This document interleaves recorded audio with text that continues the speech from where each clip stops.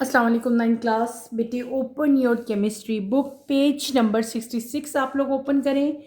Chapter 4 की exercise में आप लोगों को करवा रही थी। हमने first question that is MCQs complete कर लिया था। सेकंड क्वेश्चन आपका था शॉर्ट आंसर्स, वो भी मैंने आपको कंप्लीट करवा दिए थे। क्वेश्चन नंबर 3 हमने किया था कंस्ट्रक्टेड रिस्पॉन्स क्वेश्चंस, ठीक है, ये भी हमने कंप्लीट कर लिया था। क्वेश्चन नंबर 4 आप लोगों का है डिस्क्रिप्टिव क्वेश्चन, ठीक है, इनके आपने डिटेल आंसर्स देने थे। क्वेश्चन नंबर 4 और 2 मैंने आपकी बुक पे, यहाँ पे आपको बुक में इनके आंसर थे, मैंने आपको बुक पे पॉइंट आउट कर दिया, निशान लगा दिए कि आपने इन क्वेश्चन के आंसर में क्या क्या लिखना है और कहाँ से लिखना है, ठीक है। आपकी बुक में इनके आंसर दिए हुए थे, मैंने आपको निशान लगवा दिए हैं।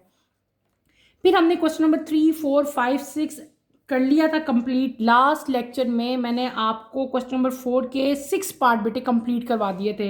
एंड वाला पार्ट जो हमारा था यूरिया वाला, अगर आपको याद हो तो हमने लास्ट लेक्चर में अपना क्वेश्चन नंबर 4 का 6 पार्ट बेटे कंप्लीट किया था, मैंने आपको कंप्लीट करवा दिया था। आज हम लोग 7 पार्ट से स्टार्ट लेंगे। क्वेश्चन नंबर 4 का 7 पार्ट में आप लोगों को करवाऊंगी। बुक का पेज नंबर 66 है, चैप्टर आप लोगों का 4 है, ठीक हो गया। लेट्स स्टार्ट बेटे। क्वेश्चन नंबर 4 का part 7, calculate the number of atoms in the following. आपको 3 पार्ट्स दिए गए हैं। Number 1 is 3 gram of hydrogen, आपने बताना है इसमें नंबर ऑफ एटम्स कितने हैं। 3 ग्राम अगर हाइड्रोजन के आपके पास हो 3 ग्राम के, तो उसमें नंबर ऑफ एटम कितने होंगे ये आप कैलकुलेट करोगे। बी पे आपके पास है 3.4 मोल्स ऑफ नाइट्रोजन, नाइट्रोजन के कितने मोल्स हैं 3.4, इसमें आपने बताना है नंबर ऑफ एटम्स कितने हैं। देन सी पार्ट में क्या है 10 ग्राम ऑफ ग्लूकोज, ये ग्लूकोज का फॉर्मूला है बेटे, तो ग्लूकोज के 10 ग्राम में नंबर ऑफ एटम्स कितने हैं ये आप लोग बताओगे। तो लेट स्टार्ट बेटे, हम वन बाय वन ये सारे के सारे अपने क्वेश्चन जो हैं वो कंप्लीट करते हैं। लेट स्टार्ट बेटे। एज यूजुअल हम लोग पहले यहाँ पे अपना नंबर देंगे, कौन सा नंबर हम कर रहे हैं। क्वेश्चन नंबर 4 ही हमारा कंटिन्यू है, 4 का 6 पार्ट था और ये 4 का हमारा 7 पार्ट है। यहाँ पे हम लिख लेते हैं, इसे क्या हो गया 4 का 7 पार्ट, ठीक है। Calculate the number of atom in the followings, ठीक है। आपके पास 3 दिए हुए हैं, यहाँ पे 3 चीज़ें हैं हमारे पास, ए बी और सी। तो पहले मैं क्या कर लेती हूँ, पहले ए पार्ट हम करते हैं, ठीक है। पहले हम लोग ए पार्ट करेंगे। ए पार्ट आपको क्या दिया हुआ है 3 ग्राम ऑफ हाइड्रोजन। तो बेटे हम लोग 3 ग्राम ऑफ हाइड्रोजन में एटम आपने यहाँ पे फाइंड करना है, तो हम पहले क्या लिखेंगे, मैस ऑफ हाइड्रोजन H2 कितना दिया हुआ है आपको बुक में 3 ग्राम। Now molar mass of hydrogen, hydrogen का मोलर मैस कितना होता है 2 ग्राम पर मोल, ठीक है। आपने क्या फाइंड करना है, यहाँ पे फाइंड करोगे आप लोग नंबर ऑफ एटम्स, आपसे पूछे गए हैं ये आपने बताना है, ठीक है। तो नंबर ऑफ मॉलिक्यूल्स फाइंड करने के लिए हम कौन सा फॉर्मूला लगाते हैं, number of molecules is equals to given mass divided by molar mass multiply by क्या होता है, मल्टीप्लाई बाय एवोगेड्रोस नंबर, ठीक है।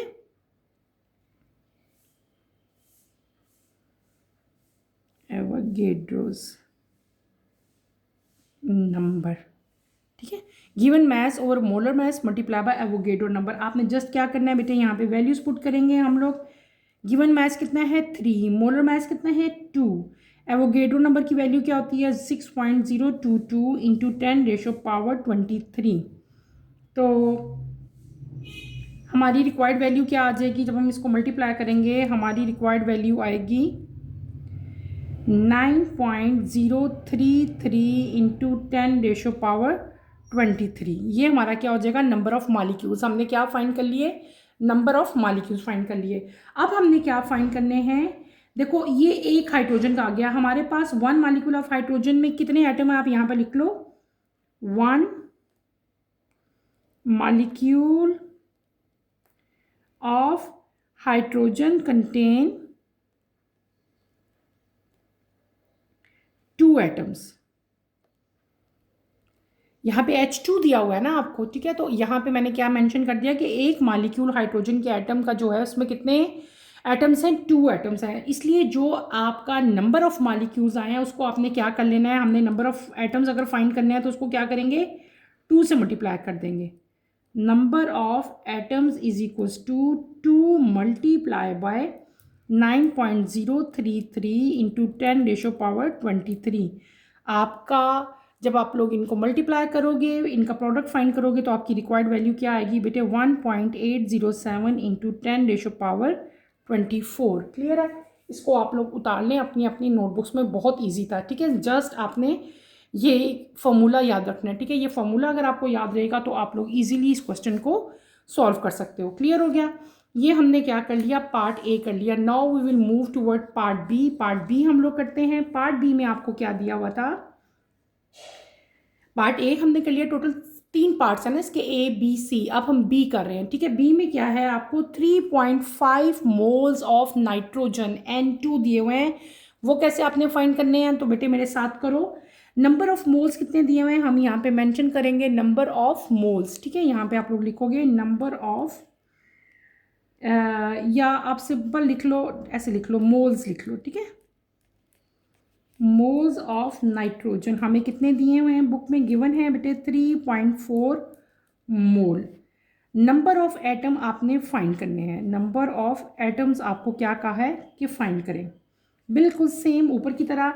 यहाँ पे आप लोग क्या लिख लोगे? Number of molecules. कैसे फाइंड करते हैं अभी मैंने बताया, moles multiply by Avogadro number. मैं सिर्फ वैल्यू लिख रही हूँ उसकी। ठीक है, नंबर ऑफ मॉलिक्यूल्स का फॉर्मूला ये है कि उस नंबर ऑफ मॉलिक्यूल्स कैसे फाइंड करते हैं? Moles into Avogadro number. ठीक है, तो हम लोग क्या करेंगे? इनको मल्टीप्लाई करेंगे, सिंपल। ठीक है, जितने मोल्स आपको गिवन है, मोल्स को आपने मल्टीप्लाई कर लेना है एवोगेड्रो नंबर के साथ। मोल कितने गिवन है? 3.4। मैं क्या लिख लूँगी? 3.4 इंटू 6.02 इंटू 10⁻23। आपकी वैल्यू क्या आ जाएगी बेटे? आपकी रिक्वायर्ड वैल्यू आएगी, जब इनको मल्टीप्लाई करेंगे, 20.48 इंटू 10⁻23। ये क्या आ गया हमारे पास? नंबर ऑफ मॉलिक्यूल्स आ गए। अगर यहाँ पे देखो तो N2 है, यानी कि हमारे पास 1 मॉलिक्यूल ऑफ नाइट्रोजन, बिल्कुल पहले की तरह जैसे H2 था इसी तरह N2 है। 1 molecule of nitrogen contains 2 atom. So हम क्या कर लेंगे? इन नंबर्स को 2 से मल्टीप्लाई करेंगे। 2 मल्टीप्लाई बाय 20.48 इंटू 10⁻23।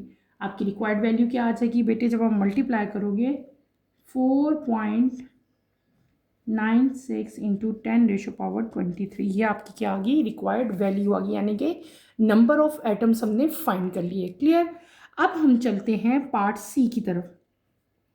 ये जो मैं बेटे NO लिख रही हूँ, इसका मतलब क्या है? नंबर। ठीक है, मैं पूरा नंबर नहीं लिख रही, तो उसके लिए सिर्फ उसकी एब्रीविएशन NO लिख रही हूँ। सी पार्ट आपका है, बुक में आपके दिया हुआ था क्या? 10 ग्राम ऑफ ग्लूकोज। ठीक है, अब हम सी पार्ट करेंगे। सी पार्ट आप लोग कैसे करोगे? मेरे साथ करो। मैस ऑफ ग्लूकोज आपको दिया हुआ है, क्या दिया है? मैस ऑफ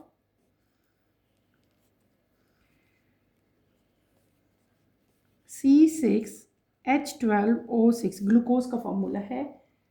हमें कितना दिया हुआ है? मैस उसका 10 ग्राम। अब हम क्या फाइंड करेंगे? Molar mass.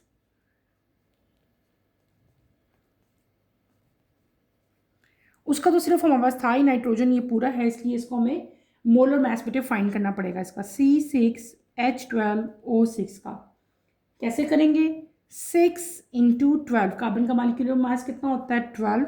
हाइड्रोजन कितने हैं? 12। हाइड्रोजन का मॉलिक्यूलर मास कितना है? 1। ठीक है, मॉलिक्यूलर वेट प्लस ये कितने, ऑक्सीजन कितने हैं? 6 है, और ऑक्सीजन का वेट कितना है? 16। क्लियर हो गया? 6 को 12 से मल्टीप्लाई करो, 12 को 1 से मल्टीप्लाई करो, 6 को 16 से मल्टीप्लाई करो। जो आपकी रिक्वायर्ड वैल्यू आएगी उन सबको आपने क्या कर लेना है? उन सबको आपने ऐड कर लेना है।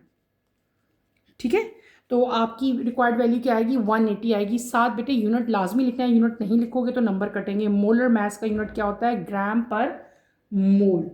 अब हम क्या फाइंड करेंगे? अब हम फाइंड करेंगे number of molecules. Number of molecules कैसे फाइंड करते हैं? गिवन मैस, जैसे ए पार्ट में हमने किया था। ठीक है, given mass divided by molar mass multiply by Avogadro number.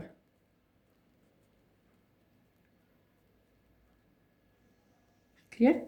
Just values put करेंगे हम यहाँ पे। हमारी गिवन मास क्या है, हमें दिया हुआ है 10 ग्राम दिया हुआ है 10। मोलर मास अभी हमने फाइंड किया, क्या फाइंड किया 180। एवोगेड्रो नंबर क्या है 6.022 इंटू 10⁻23। ठीक है, तो आपकी रिक्वायर्ड वैल्यू जब आप सबको कैलकुलेट करोगे तो रिक्वायर्ड वैल्यू क्या आएगी आपकी, आएगी 0.3372 इंटू 10⁻23। आपसे क्या पूछा हुआ है, वन मॉलिक्यूल, यहाँ पे आप लिखेंगे one molecule of glucose C6H12O6 contain 24 atoms. ठीक है, टोटल नंबर ऑफ एटम्स इसमें कितने हैं बेटे, 24 हैं। 6 to 6 6, ये 12, ये भी 6, ये भी 6, टोटल कितने हो गए 24 हो गए। सो हम क्या करेंगे, जो हमारा नंबर ऑफ मॉलिक्यूल्स आया उसको हम क्या करेंगे, नंबर ऑफ एटम्स के साथ मल्टीप्लाई कर लेंगे। नंबर ऑफ एटम्स कैसे फाइंड करेंगे हम लोग, नंबर ऑफ मॉलिक्यूल्स जो हमारे आए हैं उनको हम मल्टीप्लाई कर लेंगे किसके साथ, नंबर ऑफ एटम्स के साथ, 24 के साथ। ठीक है, तो नंबर ऑफ एटम कितने हमारे बन जाएंगे, ये बन जाएंगे 8.09 इंटू 10⁻23। ये आपकी क्या होगी, रिक्वायर्ड वैल्यू होगी। क्लियर है बेटे, कर लोगे ना आप तो ये हमारा क्या हो गया, हमारा क्वेश्चन आपकी बुक में क्वेश्चन नंबर 7 था। क्वेश्चन नंबर 4 का पार्ट 7 के ABC, ए पार्ट ये मैंने आपको करवा दिया। ठीक है, ए पार्ट भी हमने कंप्लीट कर लिया, ये रहा। उसके बाद मैंने आपको बी और सी पार्ट भी बेटे करवा दिए, बहुत इजी थे। सिंपली आपने यहाँ पे क्या करना था, दो आपको मेन यहाँ पे जो फॉर्मूलाज हैं वो याद होने चाहिए। एक है नंबर ऑफ मॉलिक्यूल्स, वो किसके इक्वल होता है, दूसरा किया आपका नंबर ऑफ मॉलिक्यूल्स के दो डिफरेंट फार्मूले हैं। अगर तो आपके पास मोल्स गिवन हैं तो ऐसे आप फाइंड कर लोगे, और अगर आपके पास मास और मोलर मास दोनों है देन आपने उसको ऐसे फाइंड करना होता है। ठीक है, और एंड पे आपने नंबर ऑफ एटम कर ले। नंबर ऑफ एटम हम कैसे कर लेते हैं, जो हमारे पास नंबर ऑफ मॉलिक्यूल्स आएंगे उसको हम लोग टोटल एटम से डिवाइड करेंगे तो हमारे पास क्या आ जाएंगे, नंबर ऑफ एटम्स आ जाएंगे। Is that clear? अब हम चलेंगे अपने नेक्स्ट क्वेश्चन की तरफ। क्वेश्चन नंबर 4 बेटे हमने कंप्लीट कर लिया। क्वेश्चन नंबर 4 के टोटल 7 पार्ट्स थे, सबके सब मैंने आपको करवा दिए। क्वेश्चन नंबर 5 की तरफ हम चलते हैं। पेज नंबर 66 पे चैप्टर 4 की एक्सरसाइज मैं करवा रही हूँ। क्वेश्चन नंबर 5 की तरफ आप लोग आए, investigative questions. It is generally believed that the drinking 8 glass of water every day is required to keep oneself hydrated, especially in the summer. If a glass occupies 400 centimeter cube of water on the average, how many moles of water are needed for a single adult? Simple सा question है। Question आपसे क्या पूछा गया है कि generally ये belief है, ठीक है, यकीन किया जाता है कि एवरी डे यानी कि रूटीन में किसी भी पर्सन को अपने आप को समर में, गर्मियों में हाइड्रेट रखने के लिए 8 ग्लास ऑफ वाटर जो है वो पानी के रिक्वायर्ड होते हैं, पीने चाहिए। ठीक है, अगर एक ग्लास वाटर में 400 सेंटीमीटर क्यूब पानी मतलब वाटर आ रहा है तो उसमें आपने ये बताना है कि अगर एक ग्लास में इतना है और एक दिन में कितने ग्लास हमें पीने चाहिए, बताया हुआ है एक अडल्ट पर्सन को 8 ग्लास। तो आपने बताना है कि how many moles of water are needed for a single person. Single एक पर्सन को टोटल पानी के जो मोल्स हैं वो कितने रिक्वायर्ड होंगे, तो यहाँ पे हम लोग मोल्स फाइंड करेंगे। क्लियर? तो लेट्स स्टार्ट बेटे, मैं आप लोगों को ये न्यूमेरिकल करवाती हूँ। क्वेश्चन नंबर 5, ठीक है, हम क्या कर रहे हैं, क्वेश्चन नंबर 5 मेरे साथ यहाँ पे आप लोग नंबर राइट करें। क्वेश्चन नंबर 5 का पार्ट ए नहीं है, सॉरी पार्ट 1 है। ठीक है, क्वेश्चन नंबर 5 का पार्ट 1 मैं आपको करवा रही हूँ। Let's start. हमें यहाँ पे गिवन क्या है, पहले हम यहाँ पे क्या लिखेंगे, हम यहाँ पे मेंशन कर लेते हैं गिवन। ठीक है, हमें क्या गिवन है, volume of water. Volume of water हमें दिया गया है क्वेश्चन में इन 1 ग्लास। ठीक है, एक ग्लास में जितना वॉल्यूम वाटर का आता है वो आपको क्वेश्चन में गिवन है, कितना है 400 सेंटीमीटर क्यूब। ठीक है, और नंबर ऑफ ग्लास कितने बताए हुए हैं आपको एक दिन में बेटे? 8। ये भी आपको गिवन है, कितने हैं? 8। आप क्या फाइंड करोगे? आप फाइंड करोगे total volume, total volume of water हम फाइंड करेंगे। अब कैसे फाइंड करेंगे? सिंपली 8 को आप लोगों ने मल्टीप्लाई कर लेना है 400 से। इसको मल्टीप्लाई करोगे तो आपकी क्या वैल्यू आएगी? 8 4 ज़ा 32, 7 2, और सेंटीमीटर क्यूब वॉल्यूम का यूनिट है, वो आपने साथ वैसे ही लिखना है। क्लियर हो गया? ये क्या हो गया? टोटल वॉल्यूम ऑफ वाटर आ गया। अगर 8 ग्लास हो, 1 ग्लास का आपको पता था तो उसको 8 से मल्टीप्लाई किया तो टोटल वॉल्यूम आ गया किसका? 8 ग्लासेस का। अब नेक्स्ट चीज जो हमें रिक्वायर्ड है वो क्या है? Density of water. Density of water बेटे हमें रिक्वायर्ड है। डेंसिटी ऑफ वाटर कितनी होती है? 1 होती है, ठीक है, 1 ग्राम पर सेंटीमीटर क्यूब, ठीक है। D is equal to M over V है, तो वी ऊपर आएगा तो साथ उसके माइनस आ जाएगा, ठीक है। ये डेंसिटी का यूनिट है। नेक्स्ट आपका आता है मोलर मैस ऑफ वाटर। हम यहाँ पे लिखेंगे molar mass of water. Water का मोलर मैस फाइंड बेटे आपको पता ही है, H2O। ऑक्सीजन का कितना है? 16। हाइड्रोजन का कितना है? 1 है, तो 2 हाइड्रोजन है, 2 हो गए। 16 + 2 कितने हो गए? 18। क्लियर? साथ इसका क्या लिखोगे आप लोग? यूनिट भी लिखोगे, ग्राम पर मोल, ठीक है। हमने क्या फाइंड करना है? हमने फाइंड करना है मोल्स ऑफ वाटर।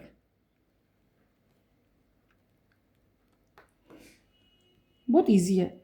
हमने क्या फाइंड करने हैं? मोल्स ऑफ वाटर हम यहाँ पे फाइंड करेंगे, ठीक है।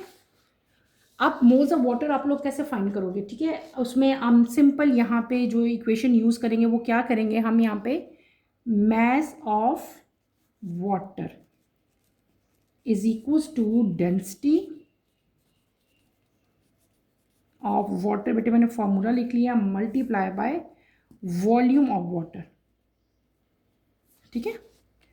इसको इसके वॉल्यूम से मल्टीप्लाई करेंगे। अच्छा, अब यहाँ पे वैल्यूज पुट कर लो। डेंसिटी क्या थी वाटर की? 1 ग्राम पर सेंटीमीटर क्यूब, ठीक है। Multiply by volume of water कितना था? 3200 सेंटीमीटर क्यूब। इन दोनों को मल्टीप्लाई करो तो आपकी क्या वैल्यू आ जाएगी? प्लस माइनस कट जाएंगे और ये क्या आ जाएगा आपका? 3200 ग्राम आ जाएगा। क्लियर? ये हमने क्या फाइंड कर लिया? मैस ऑफ वाटर फाइंड कर लिया। डेंसिटी किसके इक्वल होती है? Density is equal to mass per unit volume. तो वहाँ से अगर आप मास फाइंड करो तो मास किसकी इक्वल हो जाएगी? हम रीअरेंज कर रहे हैं ना इक्वेशन को। D is equal to M over V. ये देखे ना, D is equal to M over V. बेटे डेंसिटी किसकी इक्वल होती है? मैस ओवर वॉल्यूम के। तो अगर आपने मैस फाइंड करना हो तो ये दोनों चीज़ें मल्टीप्लाई हो जाएंगी ना। Mass is equal to density into volume. वही चीज़ मैंने यहाँ पे अप्लाई की। क्लियर? अब हमारे पास क्या आ गया? हमारे पास आ गया मैस ऑफ वाटर। अब हमने क्या फाइंड करना है? Moles of water. Moles of water कैसे फाइंड करते हैं? उसके लिए कौन सी इक्वेशन मैं यूज करूंगी? Given mass divided by molar mess. Just values put करेंगे हम यहाँ पे। 3200 gram divided by molar mass कितना था हमने फाइंड किया अभी? 18 ग्राम पर मोल।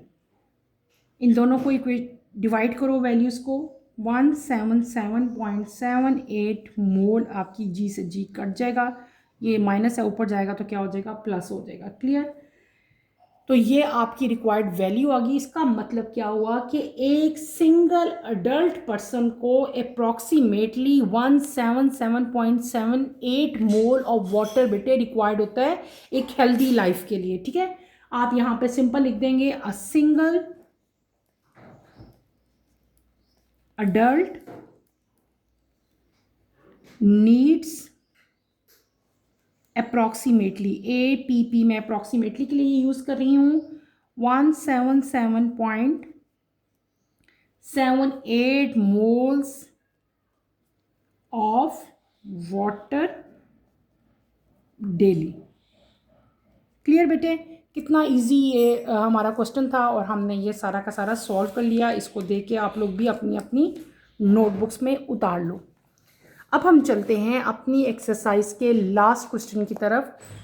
क्वेश्चन नंबर 5 मैं आपको करवा रही हूँ। क्वेश्चन नंबर 5 का फर्स्ट पार्ट हमने कर लिया। Now we will move towards second part. Second part क्या है? The chemical formula for sand is SiO2 but the sand does not exist in form of discrete molecules like water H2O. How has its formula been determined keeping in view its structure? ठीक है, simple question है। Chemical formula sand का आपको बताया है क्या? SiO2 है, लेकिन सैंड जो है वो डिस्क्रिएट मॉलिक्यूल्स की तौर पर आपको जो है वो नहीं मिलती। Does not exist as discrete molecules like in water. जैसे वाटर का फार्मूला है ना H2O, ठीक है। तो ये कि क्यों है इसका आपने इसका रीज़न देना है। तो मैं आपको समझाती हूँ, पॉइंट्स में बताती हूँ, आप लोग इसको खुद से राइट करो, समझो इसको।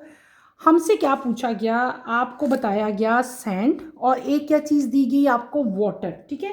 आपने इन दोनों का कंपैरिजन करना और बताना है। केमिकल फॉर्मूला सैंड का बेटे क्या है? SiO2, जो कि उसका स्ट्रक्चर क्या है? It exist in crystalline form. Question number 5 का पार्ट 2 मैं आपको करवा रही हूँ, ठीक है। सैंड का फॉर्मूला क्या है? अभी आपको बुक में आपके गिवन है SiO2। और मैंने आपको क्या बताया कि सैंड जो है बेटे ये किस फॉर्म में हमें मिलती है? सैंड ये क्रिस्टलाइन फॉर्म में, ठीक है। आपको याद रखना, क्रिस्टलाइन फॉर्म लिख लो ताकि आपको याद रहे। क्रिस्टलाइन लेट स्ट्रक्चर है इसका, ठीक है।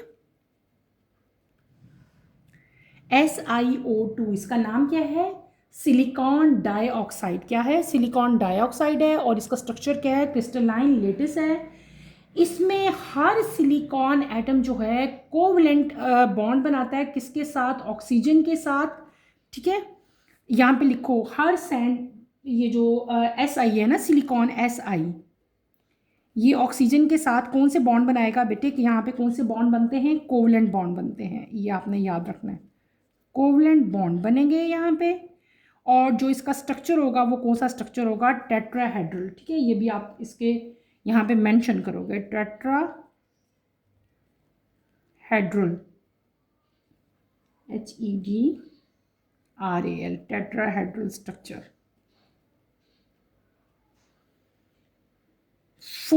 ये 4 ऑक्सीजन एटम के साथ ये बेटे बॉन्ड बनाता है, ठीक है। हर सिलिकॉन एटम जो है वो 4 ऑक्सीजन एटम के साथ कोवलेंट बॉन्ड बनाता है और कोवलेंट बॉन्ड बनाने के बाद इनका जो स्ट्रक्चर बनता है वो कौन सा होता है?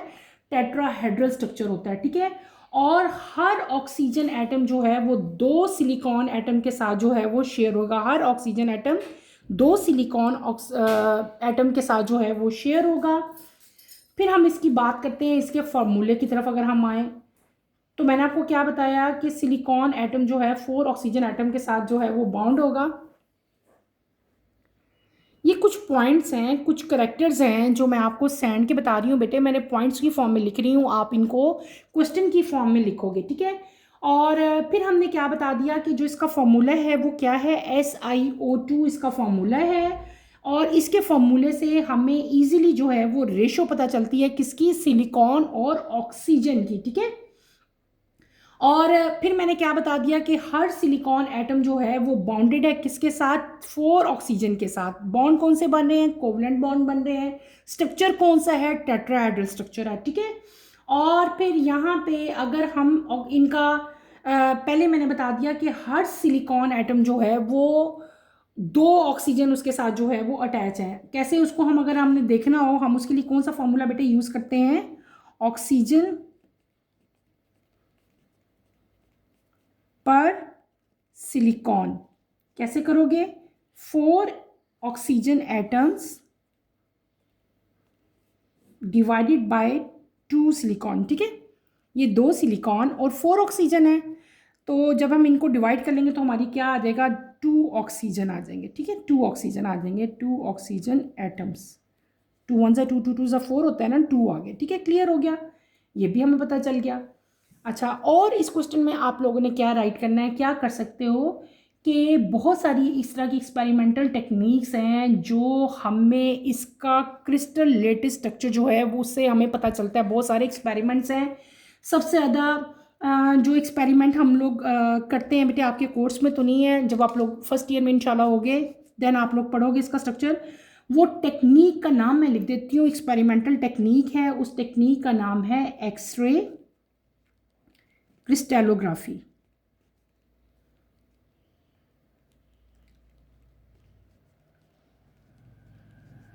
एक्सरे क्रिस्टलोग्राफी बेटे एक एक्सपेरिमेंटल टेक्निक है। मैंने क्या बता दिया, एक्सरे क्रिस्टलोग्राफी एक एक्सपेरिमेंटल टेक्निक है। उस टेक्निक से हमें इसकी जो सैंड है उसके एटम्स की जो अरेंजमेंट है ना वो बेटे हमें क्लियरली जो है वो विजिबल होती है, पता चल जाती है, ठीक है। इसके अलावा फिर आगे हम लोग इसके एलिमेंटल एनालिसिस करते हैं और हमें इसके रिलेटिव अमाउंट जो सिलिकॉन और ऑक्सीजन की प्रेजेंट है वो भी हमें जो है इजीली पता चल जाती है।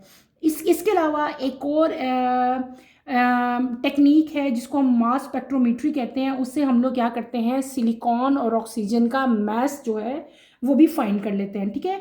तो यहाँ पे आपके पास आएगी रेशो, एंड पे हमारे पास रेशो क्या आ गई, सिंपलेस्ट रेशो क्या है 1:2, यानी कि इसका फॉर्मूला क्या है SiO2 है ना, सिलिकॉन 1 ऑक्सीजन 2, तो इसकी सिंपलेस्ट रेशो क्या होगी 1:2 होगी, ठीक है। फिर इस क्वेश्चन का सेकंड पार्ट ये था कि SiO2 जो है वो डिस्क्रिएट मॉलिक्यूल है, क्यों नहीं है, ठीक है। क्योंकि बेटे अनलाइक वाटर, जिस तरह का वाटर है उस तरह का ये नहीं होता। क्यों, यहाँ पे एक कोवलेंट बॉन्ड बन रहे हैं। क्या बन रहे हैं, कोवलेंट बॉन्ड बन रहे हैं, SiO2 और दूसरी क्या चीज़ है आपके पास H2O, और ये क्या चीज़ है SiO2, ठीक है। आपसे क्वेश्चन ने पूछा हुआ है ना, इन दोनों में डिफरेंस क्या है। इन दोनों में जो मेन डिफरेंस है वो क्या है कि SiO2 यानी कि सैंड में जो इंटाइट स्ट्रक्चर है बेटे, this is due to strong covalent bond. क्या है, स्ट्रॉन्ग कोवलेंट बॉन्ड है, जॉइंट कोवलेंट नेटवर्क है। यहाँ पे कोवलेंट बॉन्ड नहीं होती, यहाँ पे क्या होती है, यहाँ पे कौन सी इंटरमॉलिक्यूलर फोर्स होती है, वाटर के अंदर हाइड्रोजन बॉन्डिंग होती है। ये इनका मेन डिफरेंस है। यहाँ पे क्या है, कौन से बॉन्ड बन रहे हैं, कोवलेंट बॉन्ड है। और ये कोवलेंट बॉन्ड जो है बेटे ये बहुत ज़्यादा स्ट्रांग होते हैं, ठीक है, और जिसकी वजह से ये इसका स्ट्रक्चर भी सॉलिड होता है और ये जॉइंट एक कोवलेंट नेटवर्क बनाते हैं। वाटर के अंदर जो इंटरमॉलिक्यूलर फोर्सेस होती हैं वो कौन सी होती हैं, that is hydrogen bonding, not covalent bond. Clear हो गया। हमने बेटे अपनी एक्सरसाइज कंप्लीट कर ली है, चैप्टर 4 भी हमारा कंप्लीट हो गया और इसकी एक्सरसाइज भी हमने कंप्लीट कर ली। एक्सरसाइज में टोटल 5 क्वेश्चन थे, MCQs, question number 2 short answers थे, 3 कंस्ट्रक्टिव रिस्पॉन्स क्वेश्चन थे, 4 डिस्क्रिप्टिव थे, 5 पे हम आए डैट इज इन्वेस्टिगेटिव क्वेश्चंस। मैंने आपको सारे के सारे क्वेश्चन बेटे राइट करवाए, अच्छी तरह से समझाए, एक्सप्लेन किए। लेकिन फिर भी अगर आपको लगता है कि कोई क्वेश्चन मुश्किल है, आपको समझ नहीं आई, तो feel free to ask any question. इंशाल्लाह I will try my level best कि आपके आंसर्स जो है, क्वेश्चन जो है उनके आंसर्स मैं दे सकूँ, ठीक है। इंशाल्लाह कमिंग लेक्चर में हम अपना नेक्स्ट चैप्टर जो है उसको देखेंगे। नेक्स्ट लेक्चर की नोटिफिकेशन के लिए आप चैनल को शेयर करें, लाइक करें और सब्सक्राइब करें। यहीं पे अपना टॉपिक मैं ख़त्म करूँगी। इंशाल्लाह नेक्स्ट लेक्चर में आपसे दोबारा मुलाकात होगी। टिल देन अल्लाह हाफिज़ 9th क्लास, टेक केयर बेटे, अपना ख्याल रखिएगा।